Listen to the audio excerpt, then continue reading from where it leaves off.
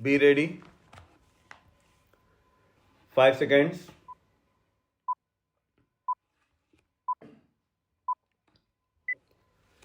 Start. Revenue has to go into a consolidated fund. That is the mandate of Article 266 of the Constitution. It has to either go into the Consolidated Fund of India or the Consolidated Fund of a state. It cannot go nowhere, and I am afraid the draft amendment circulated leaves this question unanswered. I can understand the problem that you faced. I think, to the best of my understanding, the problem was how to avoid double counting. But I think there was a more elegant way of dealing with the problem of double counting. I think the draft is clumsy. Maybe it cannot be rectified at this stage when we are in the final stages of debating the bill. But I would just add a word of caution that the drafting in this respect is rather clumsy. The second issue was, I think, an issue that could have resolved in 5 minutes. How can you, in a destination based tax, have a retrograde provision like some states being allowed to impose an additional 1%? What is the rationale of a GST?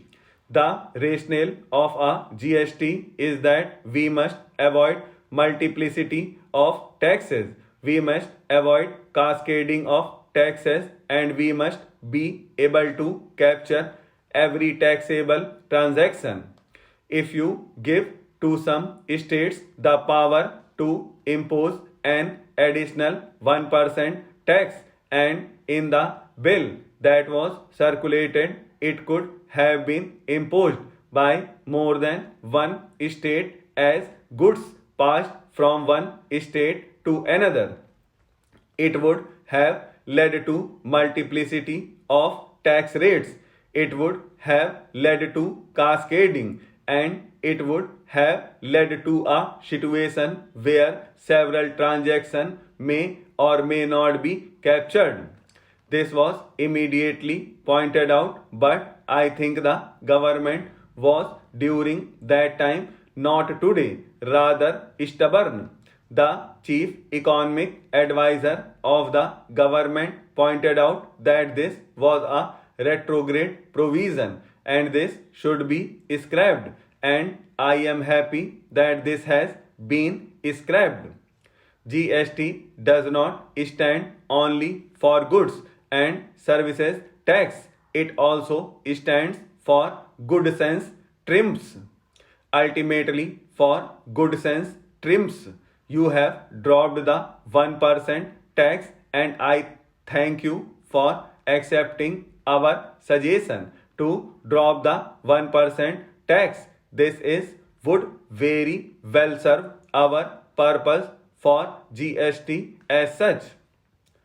The second major issue is dispute resolution. Now, please remember that dispute resolution between the center and states, between one state and one or more states, between a group of states and a group of states, is not a matter on which the Constitution is silent. Whatever we do here, we must acknowledge the fact that the Constitution is not silent on dispute resolution between states. Article 131 speaks loud and clear. It provides for a machinery for dispute resolution. Nothing that we do here can derogate from Article 131 unless you amend Article 131, and that is not what we are doing today. which is why the bill introduced by the finance minister in 2011 laid out a clear provision for dispute resolution called the Dispute Resolution Authority and recognized that dispute resolution is an exercise of judicial power. Just as the government is jealous of guarding its executive power, just as we in parliament are jealous of guarding our legislative power, the judges of this country are jealous about guarding their judicial power. Time and again, the judges have said if you encroach upon our judicial power, we will strike it down.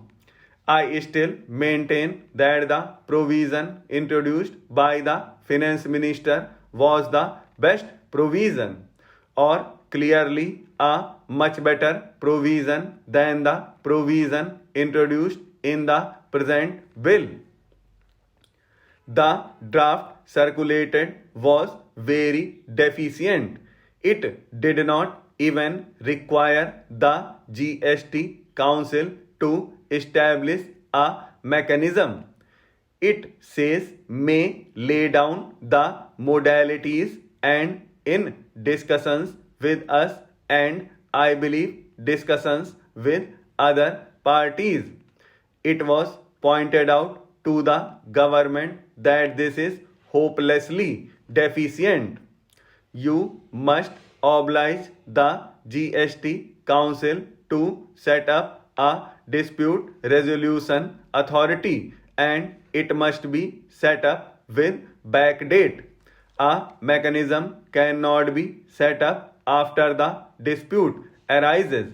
That is the difference between rule of law and rule by law.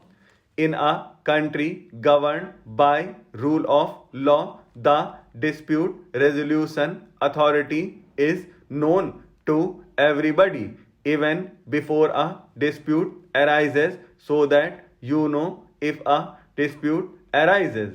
You go there. If you set up the machinery after the dispute, that is not rule of law. That is show me the person and I will show you the rule. I am glad that some strengthening has been done to this provision. I would still urge the finance minister, if he is inclined to do that, to strengthen it during the course of this debate. He can move an official amendment.